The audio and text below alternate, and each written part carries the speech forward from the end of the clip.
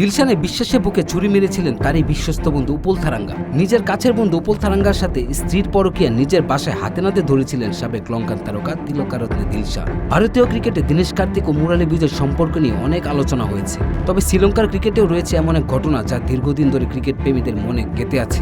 আর এই ঘটনার সঙ্গে জড়িয়ে আছে তিলকারত্নে দিলশান, তার প্রাক্তন স্ত্রী নীলাঙ্কা বিতাঙ্গে এবং উপল থারাঙ্গা।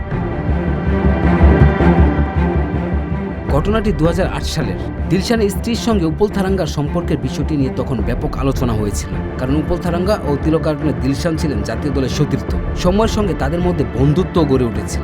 বিশ্বাস করে মাঝে মাঝে থারাঙ্গাকে বাসায়ও নিয়ে আসতেন দিলশান, আর সেটাই যেন তখন কাল হয়ে দাঁড়ায় দিলশানের জন্য। দিলশানের স্ত্রী ও থারাঙ্গার মাঝে তৈরি হয় সম্পর্ক, অনেক দিনের সম্পর্ক, কিন্তু তখনও খুনাক করে সেটা বুঝে উঠতে পারেনি দিলশানের সরল মন। কারণ ক্রিকেটের বাইরেও থারাঙ্গা ছিল তার বিশ্বস্ত বন্ধু, তাই সে এরকম কিছু কখনো মাথাতেও আনেনি। কিন্তু সেই বন্ধুত্বের মাঝে ঘটে যায় এক বড় ঘটনা। সেই বন্ধুই পিছন থেকে ছুরি মারে দিলশানের সঙ্গে নীলাঙ্গা বিতাঙ্গের দাম্পত্য জীবনের সময় উপল থারাঙ্গার সঙ্গে তার অবৈধ সম্পর্ক তৈরি। তখন দিলশান ও নীলাঙ্গার একটি পুত্র সন্তানও ছিল। দীর্ঘদিন গোপনে এভাবেই সম্পর্ক চালিয়ে যাচ্ছিল তারা। একসময় দিলশান বিষয়টি জানতে পারে, এমনকি তাদের হাতে নাতে ধরে ফেলেছিলেন তারই বেডরুমে। এরপরেই ভেঙে যায় দিলশানের সংসার।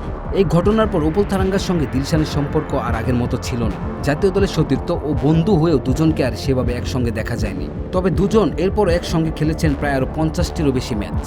ঘটনাটি শুধু দুই বন্ধুর সম্পর্কেই প্রভাব ফেলেনি, শ্রীলঙ্কার ক্রিকেটেও এর প্রভাব পড়েছিল বলে মনে করেন অনেকে। কারণ দিলশান ও থারাঙ্গা একসময় শ্রীলঙ্কার ওপেনিং জুটির গুরুত্বপূর্ণ অংশ ছিলেন। কিন্তু থারাঙ্গার একটি ভুল যেন সবকিছু শেষ করে দিল এবং বিশ্বাসের বুকে ছুরি মারল দিলশানের।